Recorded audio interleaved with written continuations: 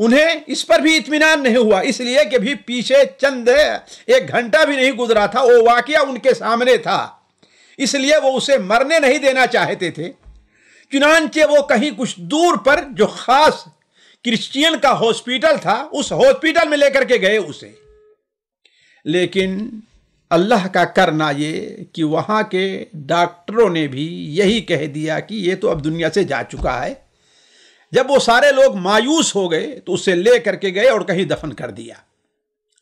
اسی طرح اس کا دوسرا ساتھی جو اسے بچانے کی کوشش کر رہا تھا، وہ اس کے مرنے کے دوسرے دن وہ بھی مر گیا اور اس دنیا سے رخصت ہوا۔ دیکھتے دیکھتے یہ خبر پورے علاقے میں پھیل گئی، حتیٰ کہ وہاں کے جو مقامی وسائل اعلام ہیں، ریڈیو، ٹیلی ویژن وغیرہ، ان لوگوں نے بھی اس خبر کو نشر کیا۔ اور یہ 1990 کی بات ہے، یہ 1990 کی بات ہے، اور یہ خبر وہاں پر نشر ہوئی، جس کا نتیجہ یہ نکلا، جیسا کہ ہم نے پہلے کہا تھا، کہ وہاں کے 4 گاؤں مکمل، ویلو، گواتی، فال اور موب، یہ نام بتائے گئے ہیں، یہ چاروں گاؤں کے لوگ مسلمان ہو گئے، اسلام قبول کر لیا۔ ساتھیو، یہ قصہ اور اس قسم کے قصے اور واقعے، قصے نہیں کہ واقعہ کہیے، جو حقیقت میں پیش آیا ہے، برابر پیش آتے رہتے ہیں، لیکن ہمیں اور آپ کو اس سے کیا سبق لینا ہے؟ ہم اس ایک مومن ہونے کی حیثیت سے ہم اس سلسلے میں گفتگو کرتے ہیں، اس لیے کہ ہماری باتوں کو سننے والے مسلمان ہی لوگ ہیں۔ دیکھیے، پہلی چیز تو ہے، ہمیں یہ نہیں بھولنا چاہیے کہ اسلام، رسول اسلام اور اسلام کی کتاب یعنی قرآن مجید کے ساتھ شیطان کے چیلوں کی یہ عداوت کوئی نئی نہیں، بہت پرانی ہے۔ اسی طرح اسلام کو مٹانے کی ان کی کوشش بہت قدیم ہے، لیکن چونکہ آپ جانتے ہیں کہ اس دین کا، اس کی کتاب کا، اللہ کے رسول صلی اللہ علیہ وسلم کی عظمت کا محافظ کون ہے؟ اللہ تبارک و تعالی ہے۔ اس لیے آج تک کوئی بھی اسے چیلنج نہیں کر سکا۔ اللہ تعالیٰ فرماتا ہے، یریدون لیطفئوا نور اللہ بافواہہم واللہ متم نورہ ولو کرہ الکافرون هو الذی ارسل رسولہ بالہدی ودین الحق لیظہرہ علی الدین کلہ ولو کرہ المشرکون۔ وہ چاہتے ہیں کہ اللہ تعالیٰ کے نور کو اپنے منہ سے، اپنے پھونکوں سے مٹا دیں، بجھا دیں۔ اللہ تعالیٰ نے دین اسلام کو تعبیر کس سے؟ نور سے کیا ہے، اور ان کی کوششوں کو کس سے تعبیر کیا ہے؟ پھونک سے تعبیر کیا ہے۔ اس کا معنی کیا ہے؟ ذرا سوچیں آپ۔ سورج اللہ تبارک و تعالیٰ کی طرف سے ہے، اگر کوئی آدمی سورج پر پھونکنا شروع کرے تو آپ کیا کریں گے؟ کیا کہیں گے اس کو؟ کیا سورج پر اس کا کچھ اثر ہوگا؟ قطعاً نہیں ہوگا، یہاں تک کہ وہ خود ہی پھونکتے پھونکتے تھک کر کے عاجز آ جائے گا۔ اسی طریقے سے دین حق کو مٹانے کی لاکھ کوشش ہو، لیکن اسے نہیں مٹا سکتے۔ واللہ متم نورہ ولو کرہ الکافرون، اللہ تبارک و تعالی اپنے نور کو کمال تک پہنچائے گا اگرچہ کافر اسے برا مانے۔ پھر فرماتا ہے کہ اللہ تعالیٰ هو الذی ارسل رسولہ بالہدی ودین الحق، اللہ تبارک و تعالی ہے جس نے اپنے رسول کو ہدایت بالہدی ودین الحق، و دین حق، سچا دین دے کر کے بھیجا ہے۔ کیوں؟ تاکہ اسے تمام مذاہب پر غالب کر دے، اگرچہ مشرکین اس سے ناخوش ہوں۔ مشرکین اسے پسند کریں یا نہ پسند کریں، یہ دین غالب آ کر کے رہے گا، اور ساری دنیا میں صرف ایک ہی مذہب رہ جائے گا، اور وہ کون سا مذہب ہے؟ مذہب اسلام ہے۔ نور خدا ہے کفر کی حرکت پہ خندزن، پھونکوں سے یہ چراغ بجھایا نہ جائے گا۔ دوسری چیز ساتھیوں، ماضی قریب کی اور بعید کی تاریخ یہ شاہد ہے کہ اللہ تبارک و تعالی اس کی کتاب اور اس کے رسول سے دشمنی مول لینے والے کا جو انجام ہوتا ہے وہ اچھا نہیں ہوتا، بلکہ وہ ذلیل اور خوار ہو کر کے اس دنیا میں بھی زندگی بسر کرتے ہیں۔ اللہ تعالیٰ فرماتا ہے ان الذین یحادون اللہ ورسولہ کبتوا کما کبت الذین من قبلہم، جن لوگوں نے اللہ اور اس کے رسول سے مخالفت اور دشمنی مول لی ہے تو کبتوا، انہیں ذلیل کیے جائیں گے، وہ ہلاک کیے جائیں گے، کما کبت الذین من قبلہم، جیسا کہ ان سے پہلے لوگ ذلیل ہوئے ہیں۔ وقد انزلنا آیات بینات وللکافرین عذاب مہین، ہم نے آیات بینات، واضح آیات ہم اتار چکے ہیں، وللکافرین عذاب مہین، اور کافروں کے لیے رسوا کر دینے والا عذاب ہے۔ اسی طریقے سے ساتھیوں ایک اور چیز جس پر توجہ دینی چاہیے، اور ہم نے اس پر کافی سوچا اور اس بارے میں پڑھا ہے، اللہ تبارک و تعالی نافرمانی کرنے والوں کو، گناہ کرنے والوں کو، شرک کرنے والوں کو، کفر کرنے والوں کو اللہ تبارک و تعالی مہلت دیتا ہے یہاں تک کہ آخری لمحہ ان کی زندگی کا آ جائے۔ لیکن جو لوگ اللہ تبارک و تعالی کو چیلنج کرتے ہیں، اللہ تبارک و تعالی انہیں نادر اور شاید ہی کہیں بخشتا ہو۔ اللہ تبارک و تعالی چیلنج کرنے والوں کو، ان کے چیلنج کو بہت جلد قبول کر لیتا ہے۔ بہت سے لوگ ہیں قرآن کے مخالف ہیں، اسلام کے مخالف ہیں، یہ ہے وہ ہے، سب کچھ ہیں، لیکن جو شخص قرآن کی مخالفت میں آ کر کے اللہ کو چیلنج کرے، اس نے کہا کہ اگر میں قرآن سچا ہے، اسلام سچا مذہب ہے تو میں اپنے گھر نہ پہنچ سکوں، ایسے لوگوں کو اللہ تبارک و تعالی بہت کم مہلت دیتا ہے۔ وقت نہیں کہ میں آپ کو ماضی قریب کی کچھ مثالیں اس سلسلے میں دوں، لیکن اسی کو آپ سمجھ لیجئے گی۔ چوتھا فائدہ ساتھیوں، اصل بدلے کا دن تو آخرت ہے، اس لیے کہ دنیا دار العمل ہے اور آخرت کیا ہے؟ وہ دار الجزا ہے۔ چاہے مومنوں کے نیک اعمال ہوں یا کافروں کے بد اعمال ہوں، لیکن اللہ تبارک و تعالی کبھی کبھار اس دنیا میں لوگوں کی عبرت کے لیے بعض ظالموں کو ان کے برے انجام سے دوچار کر دیتا ہے، جیسے فرعون کو اس دنیا میں اللہ نے ہلاک کیا، اور دوسرے لوگ ایسے بہت سے ظالم ہیں جن کے ساتھ اللہ تعالیٰ کے یہ معاملہ ہوا۔ تو یہ اللہ تبارک و تعالی صرف اس لیے کرتا ہے تاکہ لوگوں کو عبرت ہو اور لوگ اپنی غلطیوں سے، اپنی گمراہی سے اور اپنی ضد سے توبہ کریں۔ وَلَنُذِيقَنَّهُم مِّنَ الْعَذَابِ الْأَدْنَىٰ دُونَ الْعَذَابِ الْأَكْبَرِ لَعَلَّهُمْ يَرْجِعُونَ، ہم انہیں بڑے عذاب سے پہلے ایک چھوٹا عذاب دیں گے، کیوں؟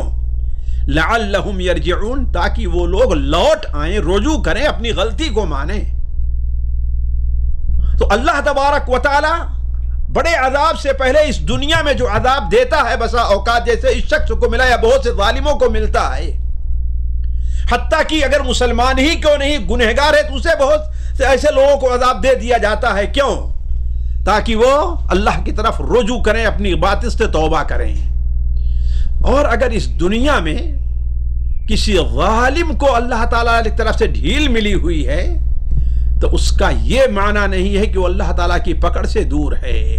لا تحسبن اللہ غافلا عما يعمل الظالمون انما يؤخرهم ليوم تشخص فيه الابصار، ظالموں کے اعمال، ظالموں کی بدعمالی سے اللہ تعالیٰ کو غافل نہ سمجھو، وہ تو انہیں اس دن کی طرف مہلت دے رہا ہے جس دن آنکھیں پھٹی کی پھٹی رہ جائیں گی۔ اس کے بعد کی سورہ ابراہیم کی بھی 2-4 آیت آپ پڑھتے جائیں کہ کس طریقے سے اللہ تعالیٰ نے انہیں دھمکی دی ہے، اور اسی سورہ ابراہیم میں 2-4 آیتوں کے بعد اس کے بعد اللہ تعالیٰ فرماتا ہے فَلَا تَحْسَبَنَّ اللَّهَ مُخْلِفَ وَعْدِهِ رُسُلَهُ، یہ تم نہ سمجھو کہ اللہ تعالیٰ اپنے رسول کے وعدوں کی خلاف ورزی کرے، یعنی رسولوں سے جو وعدہ کر لیا ہے کہ ان کی مدد کرے گا، ان کے دشمنوں کو ہلاک کرے گا، یہ نہ سمجھو کہ اللہ وعدہ خلافی کر رہا ہے، نہیں، ان اللہ عزیز ذو انتقام، اللہ تعالیٰ غالب ہے، اس پر کوئی غالب آنے والا نہیں ہے۔ پانچویں چیز ساتھیو، اللہ تبارک و تعالی اپنے دین اور اپنے رسول اور مسلمانوں کی طرف سے دفاع کرتا ہے۔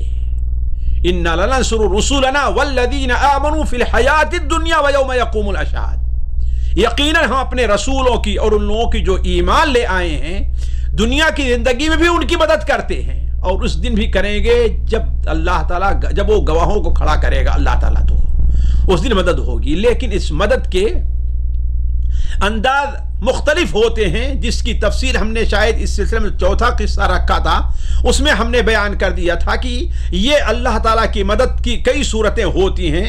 مثال کے طور پر ایک صورت تو یہ ہوتی ہے کہ ان کے قوم کو ہلاک کر دے، جیسا کہ قوم نوح اور قوم عاد کو ہلاک کیا۔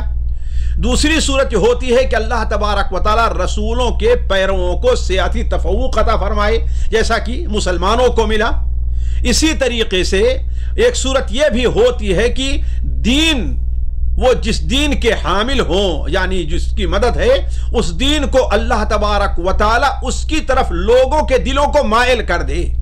آج آپ دیکھ لیں، لاکھ کوششوں کے باوجود بھی لوگ اسلام کی طرف کس قدر مائل ہو رہے ہیں، اسلام کس قدر قبول کر رہے ہیں، لیکن حالانکہ آپ دیکھ رہے ہیں کہ اسلام کے خلاف کس قدر سازش ہو رہی، خصوصاً ہمارے ہندوستان میں، لیکن پھر بھی ہندوستان میں مسلمان ہو رہے ہیں لوگ۔ کیوں؟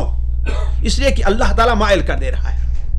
اسی طریقے سے ایک صورت یہ بھی ہوتی ہے کہ جب کوئی قوم کسی نبی کو یا اس کے متبعین کو قتل کرتی ہے تو اللہ تعالیٰ اس قوم پر ایسے لوگوں کو مسلط کر دیتا ہے جو ان سے انبیاء اور مؤمنین کا بدلہ دنیا ہی میں چکا لیتے ہیں، اور ایسا دنیا میں بار بار ہوا ہے۔ یہودیوں نے حضرت عیسیٰ علیہ السلام، حضرت زکریا کو جب قتل کیا تو آپ جانتے ہیں اللہ تعالیٰ نے ان کے اوپر بخت نصر کو جب بھیجا ہے تو اس نے ایک دن میں 70,000 یہودیوں کو اور ایک گاؤں میں ایک مجلس میں قتل کیا ہے۔ کیوں؟ اس لیے کہ ان لوگوں نے اللہ کے نبی حضرت یحییٰ کو قتل کیا تھا۔ تو اللہ تبارک و تعالیٰ یہ مختلف صورتیں ہیں جن کے ذریعے سے اللہ تعالیٰ اپنے مومن بندوں کی اور اپنے دین کی مدد کرتا ہے۔ اللہ تعالیٰ ہم میں سے ہر شخص کو اپنے دین کے اوپر اطمینان نصیب فرمائے، دین کے لیے کوشش کی توفیق عطا فرمائے، اپنے دین پر جمے رہنے اور اپنے دین کی ہر طرح سے مدد کرنے کی ہماری آپ کی مدد ہمیں توفیق عطا فرمائے۔ والسلام علیکم ورحمۃ اللہ وبرکاتہ۔ سامعین کرام، ہمارے علمی اور عوامی دروس اور سوال و جواب کی مجلسوں سے آپ خود بھی مستفید ہوں اور اپنے دوست و احباب کے ساتھ بھی شیئر کریں۔ عین ممکن ہے کہ آپ کے شیئر سے کسی کی اصلاح اور آپ کے لیے صدقہ جاریہ بن جائے۔ واٹس ایپ پر اسلامک میسج حاصل کرنے کے لیے نمبر نوٹ فرمائیں: یعقوب عزیز 00966 5089 59707۔ واٹس ایپ سوال و جواب گروپ میں ایڈ ہونے کے لیے نمبر نوٹ فرمائیں: عبدالسلام عمری 00966 502627 622۔ نمبر بھیجتے ہوئے نام اور پتہ ضرور لکھیں۔ اسی طرح ہمارے یوٹیوب چینل اسلامی دعویٰ کو ضرور سبسکرائب کریں تاکہ ہماری ہر نئی اور اہم ویڈیو کی اطلاع آپ کو فوری حاصل ہو جائے۔ تمام دروس، مقالات اور سوال و جواب سیریز کے لیے ہماری مشہور ویب سائٹ www.islamidawah.com کا مشاہدہ کرتے رہیں۔ السلام علیکم ورحمۃ اللہ وبرکاتہ۔